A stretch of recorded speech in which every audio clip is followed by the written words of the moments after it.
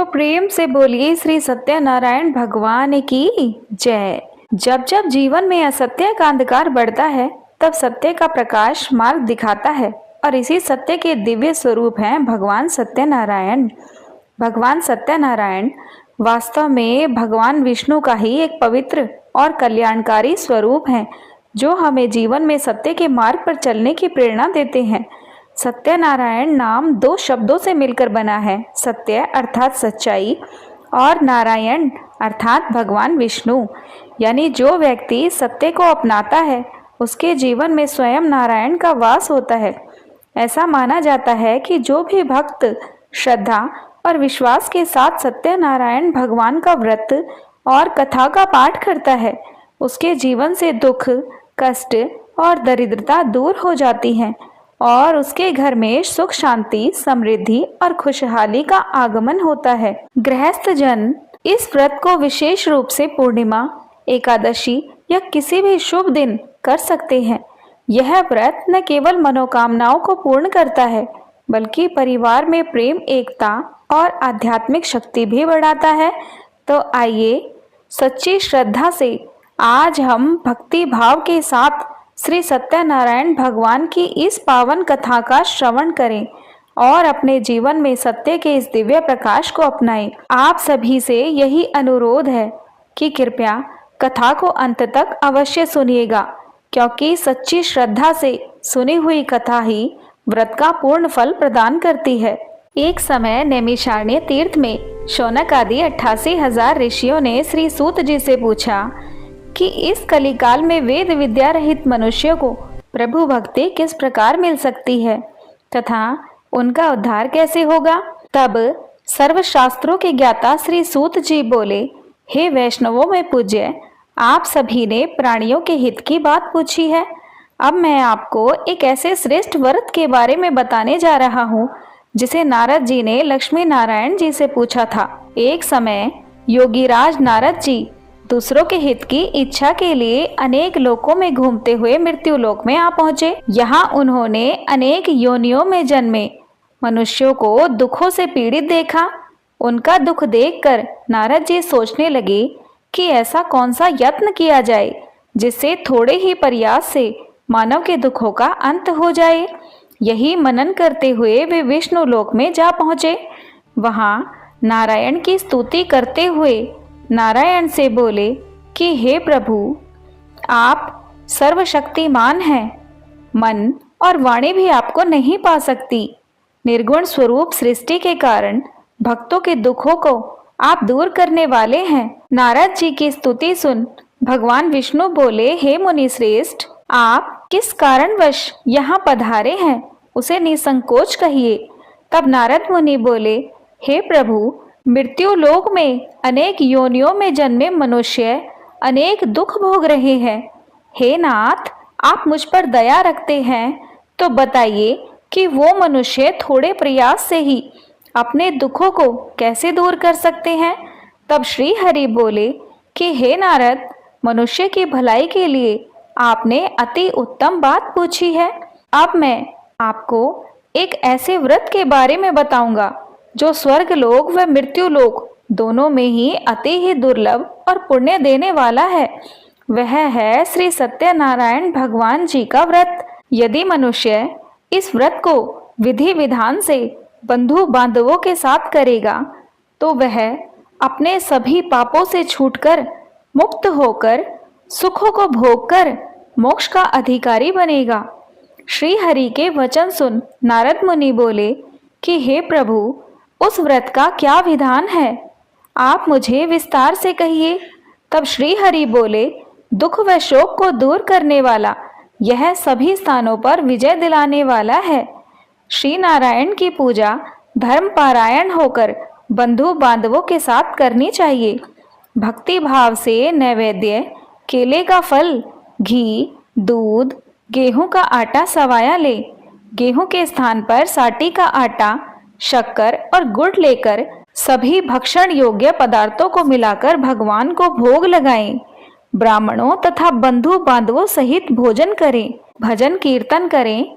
मृत्यु लोक में मोक्ष का यही एक सरल उपाय बताया गया है। आगे सूत जी बोले कि हे ऋषियों, जिसने पहले समय में इस व्रत को किया था उसका इतिहास मैं कहता हूँ। सुंदर काशीपुरी नगरी में एक अत्यंत निर्धन ब्राह्मण रहता था। भूख प्यास से परेशान वह धरती लोक पर घूमा करता था। ब्राह्मणों से प्रेम करने वाले भगवान ने एक दिन ब्राह्मण का वेश धारण कर उसके पास जाकर पूछा कि हे विप्र, नित्य दुखी होकर तुम पृथ्वी लोक पर क्यों घूमते हो? तब दीन ब्राह्मण बोला कि मैं निर्धन हूँ, भिक्षा के लिए धरती लोक पर घूमता हूँ। हे भगवान, यदि आप इसका कोई उपाय जानते हो तो बताइए। तब वृद्ध ब्राह्मण के भेष में भगवान बोले कि सत्यनारायण भगवान मनोवांछित फल देने वाले हैं, तुम उनका पूजन और व्रत करो। ब्राह्मण मन ही मन सोचने लगा कि जिस व्रत को वृद्ध ब्राह्मण करने को कह गए हैं मैं उसे अवश्य ही करूंगा। उसने बंधु बांधवों के साथ मिलकर श्री सत्यनारायण भगवान का व्रत संपन्न किया और वह अपने सभी दुखों से छूटकर अनेक संपत्तियों से युक्त हो गया और वह हर माह इस व्रत को करने लगा। इस तरह से श्री सत्यनारायण भगवान के व्रत को जो भी मनुष्य करेगा वह सभी पापों से छूटकर मोक्ष को प्राप्त हो जाएगा। तब सूत जी बोले, हे मुनियों, जिसने इस व्रत को किया है वह सब भी सुनो।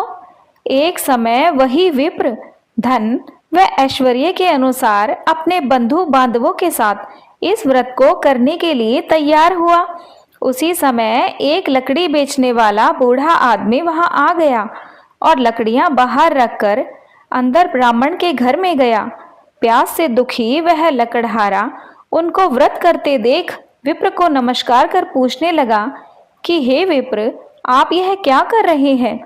तो उन्होंने सत्यनारायण भगवान के व्रत का विधान बताकर उनको विधि भी बताई। तब वह लकड़हारा बोला कि मैं भी सत्यनारायण भगवान का यह व्रत अवश्य करूंगा। चरणामृत लेकर और प्रसाद खाने के बाद वह अपने घर चला गया। उस लकड़हारे ने भी श्री सत्यनारायण भगवान का व्रत और पूजन विधि विधान से किया और वह भी धन पुत्र आदि से युक्त होकर संसार के समस्त सुख भोग अंतकाल में वैकुंठ लोक को गया। आगे सूत जी बोले, हे मुनि श्रेष्ठो, अब आगे की कथा मैं कहता हूँ। पहले समय में उल्कामुख नाम का एक बुद्धिमान राजा था। वह सत्यवक्ता और जितेंद्रिय था। प्रतिदिन देव स्थानों पर जाता और निर्धनों को धन देकर उनके कष्ट दूर करता। उनकी पत्नी कमल के समान मुख वाली तथा सती साध्वी थी। भद्रशिला नदी के तट पर उन दोनों ने श्री सत्यनारायण भगवान का व्रत किया। उसी समय साधु नाम का एक वैश्य वहां आया। उसके पास व्यापार के लिए धन था। राजा को व्रत करते हुए वह विनय के साथ पूछने लगा कि हे राजन, भक्ति भाव से पूर्ण होकर आप यह क्या कर रहे हैं? मैं सुनने की इच्छा रखता हूँ, कृपया मुझे भी बताएं। तब राजा बोले कि हे साधु, अपने बंधु बांधवों के साथ पुत्र आदि की प्राप्ति के लिए एक महाशक्तिशाली श्री सत्यनारायण भगवान जी का व्रत और पूजन मैं कर रहा हूँ। राजा के वचन सुन साधु आदर से बोला कि हे राजन, आप मुझे भी इस व्रत का विधान बताइए। मेरी भी कोई संतान नहीं है। इस व्रत को करने से निश्चित रूप से ही मुझे संतान प्राप्त अवश्य होगी। यह मन में सोचकर वह साधु वैश्य अपने घर पे आ गया और अपनी पत्नी को संतान देने वाले इस व्रत का वर्णन उसने कह सुनाया और कहा कि जब मेरी संतान होगी तब मैं इस परम कल्याणकारी व्रत को अवश्य ही करूंगा। भगवान सत्यनारायण की कृपा से साधु वैश्य के घर में एक पुत्री का जन्म हुआ। उस पुत्री का नाम कलावती रखा गया। एक दिन साधु वैश्य की पत्नी ने अपने पति को मीठे शब्दों में याद दिलाया कि जिस व्रत को वे करना चाहते थे, श्री सत्यनारायण भगवान जी का व्रत करने का अब समय आ गया है। तब साधु बोला कि हे प्रिय, इस व्रत को मैं उसके विवाह पर करूंगा। लेकिन विवाह हो जाने के बाद भी वह उस व्रत को करना भूल गया। तब इससे श्री भगवान क्रोधित हो गए और उन्हें श्राप दिया कि साधु को अत्यधिक दुख मिले। अपने कार्य में कुशल साधु बनिया जमाई को लेकर रत्नापुर नगर में व्यापार के लिए चला गया। दोनों वहां चंद्रकेतु राजा के नगर में व्यापार करने लगे। एक दिन भगवान सत्यनारायण की माया से एक चोर राजा का धन चुराकर भाग रहा था। उसने राजा के सिपाहियों को अपना पीछा करता देख चुराया हुआ धन वहां रख दिया जहां साधु अपने जमाई के साथ ठहरा हुआ था।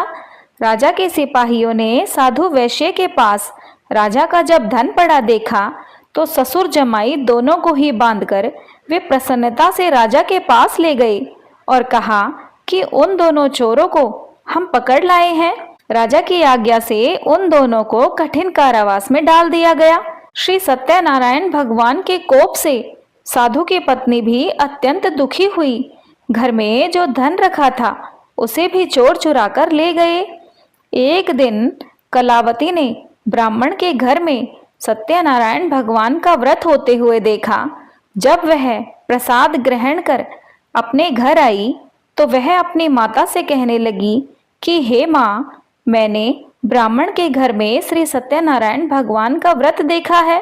तब लीलावती को याद आया कि श्री सत्यनारायण भगवान के व्रत को उसका पति करना भूल गया था। तब लीलावती ने परिवार व बंधुओं सहित श्री सत्यनारायण भगवान का पूजन किया और उनसे वर मांगा कि हे प्रभु, मेरे पति तथा जमाई शीघ्र ही घर आ जाएं, और यह भी प्रार्थना की, हे प्रभु, आप हमारा अपराध क्षमा करें। तब श्री सत्यनारायण भगवान इस पूजन से संतुष्ट हुए और सपने में राजा चंद्रकेतु को दर्शन दे कहा कि हे राजन, उन दोनों वैश्यों को छोड़ दो और उनका जो भी तुमने धन लिया है उसे भी वापस कर दो। प्रातःकाल सभा में राजा ने अपना सपना सुनाया और उन दोनों वैश्यों को धन देकर और नए वस्त्राभूषण देकर विदा कर दिया। आगे सूत जी बोले कि वैश्य ने मंगलाचार कर अपनी यात्रा आरंभ की और अपने नगर की ओर वह चल दिए। थोड़ी दूर जाने पर श्री सत्यनारायण भगवान ने सोचा कि क्यों ना इनकी परीक्षा ली जाए। सत्यनारायण भगवान एक दंडी वेशधारी रूप धरकर उनसे पूछने लगे कि हे साधु, तेरी नाव में क्या है? अभिवाणी वाणिक हंसता हुआ बोला, हे दंडी, आप क्यों पूछते हो? क्या धन लेने की इच्छा है? मेरी नाव में तो बेल व पत्ते भरे हुए हैं। वैश्य के ऐसे कठोर वचन सुन भगवान बोले कि तुम्हारा वचन सत्य हो। दंडी ऐसे वचन कह वहां से दूर चले गए। कुछ दूर जाकर समुद्र के किनारे बैठ गए।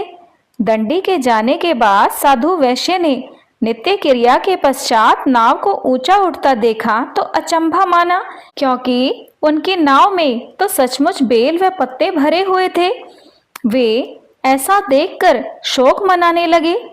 तब उन्हें याद आया उस दंडी का वचन।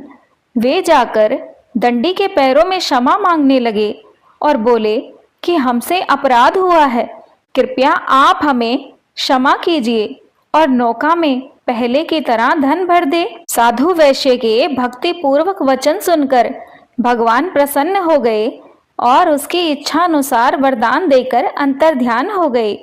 ससुर जमाई जब नाव पर आए तो नाव धन से भरी हुई थी। फिर वे वहीं अपने साथियों के साथ सत्यनारायण भगवान का पूजन कर अपने नगर की ओर चल दिए। सूत जी बोले कि हे ऋषियों, एक और कथा मैं तुमसे कहता हूँ। प्रजा पालन में लीन तुंगध्वज नाम का एक राजा था। उसने भगवान सत्यदेव का प्रसाद त्याग कर अत्यंत दुख पाया। एक समय राजा वन में वन्य पशुओं को मारकर बड़ के वृक्ष के नीचे आ गए।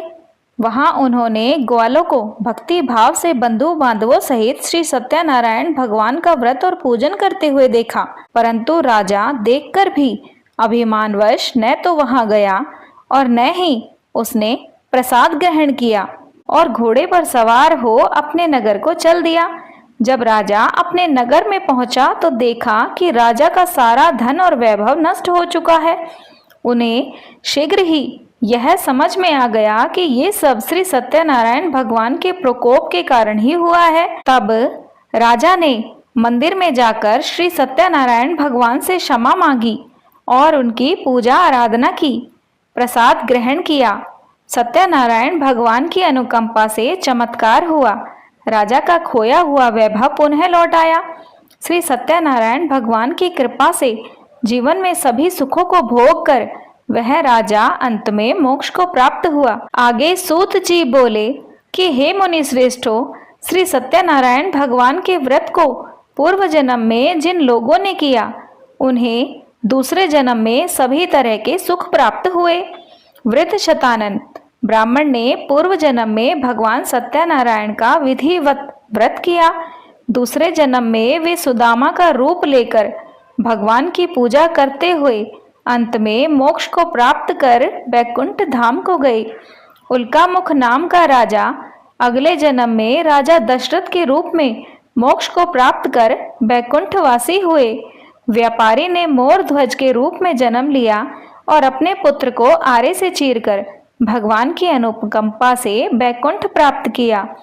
तुंगध्वज नामक राजा भी अगले जन्म में मनु के रूप में जन्म लेकर सद्कर्म करते हुए मोक्ष को प्राप्त कर बैकुंठ धाम को चले गए। हे ऋषि मुनियों, श्री सत्यनारायण भगवान का व्रत और पूजा मनुष्य को सभी चिंताओं से मुक्त करके अंत में मोक्ष प्रदान कराता है। तो सभी प्रेम से बोलिए श्री सत्यनारायण भगवान की जय। इस प्रकार श्री सत्यनारायण भगवान की पावन कथा हमें सिखाती है कि जीवन में सत्य, श्रद्धा और भक्ति का कितना महत्व होता है। जो भी व्यक्ति श्रद्धा से इस कथा का श्रवण करता है या श्रद्धा भाव से सत्यनारायण भगवान का व्रत करता है, उसके जीवन में आने वाली सभी दुख, कष्ट और बाधाएं धीरे धीरे समाप्त हो जाती हैं। घर में सुख, शांति, समृद्धि और सकारात्मक ऊर्जा का वास होता है। मनुष्य के जीवन में धन, वैभव, यश और संतोष की प्राप्ति होती है और सबसे बड़ी बात कि भगवान की कृपा सदैव बनी रहती है। यह कथा हमें यह भी सिखाती है कि हम कभी भूलवश व्रत या भगवान के वचन का अनादर कर दें तो जीवन में कठिनाइयां आ सकती हैं, लेकिन सच्चे मन से क्षमा मांगने और पुनः भक्ति करने से भगवान अवश्य ही प्रसन्न होते हैं। सत्यनारायण व्रत के लिए प्रातः स्नान कर स्वच्छ वस्त्र धारण करें। पूजा स्थान पर भगवान विष्णु या सत्यनारायण भगवान की प्रतिमा स्थापित करें। कलश की स्थापना करें। पंचामृत, फल, फूल, तुलसी दल और प्रसाद विशेषकर श्रीखंड या सूजी का हलवा तैयार करें। पूजा में भगवान को रोली, अक्षत, पुष्प अर्पित करें। धूप दीप जलाएं और श्रद्धा से कथा का श्रवण करें। अंत में आरती करें और प्रसाद सभी में बांटें। व्रत के दिन सात्विक भोजन करें और भगवान का स्मरण करें। और अंत में भगवान से ये प्रार्थना करें कि हे भगवान, यदि हमसे कोई भूल चूक हो गई हो तो हमें क्षमा अवश्य कीजिएगा। तो प्रिय भक्तों, अगर आप भी अपने जीवन में सुख, शांति और समृद्धि चाहते हैं तो श्रद्धा और विश्वास के साथ सत्यनारायण भगवान की व्रत कथा का श्रवण अवश्य करना। जय श्री हरि। श्री सत्यनारायण भगवान की जय। आप सभी से यही अनुरोध है कि कृपया वीडियो को लाइक जरूर कीजिएगा और कमेंट बॉक्स में जय श्री हरि या सत्यनारायण भगवान की जय अवश्य लिखिएगा। जय श्री हरि, जय भगवान विष्णु। धन्यवाद।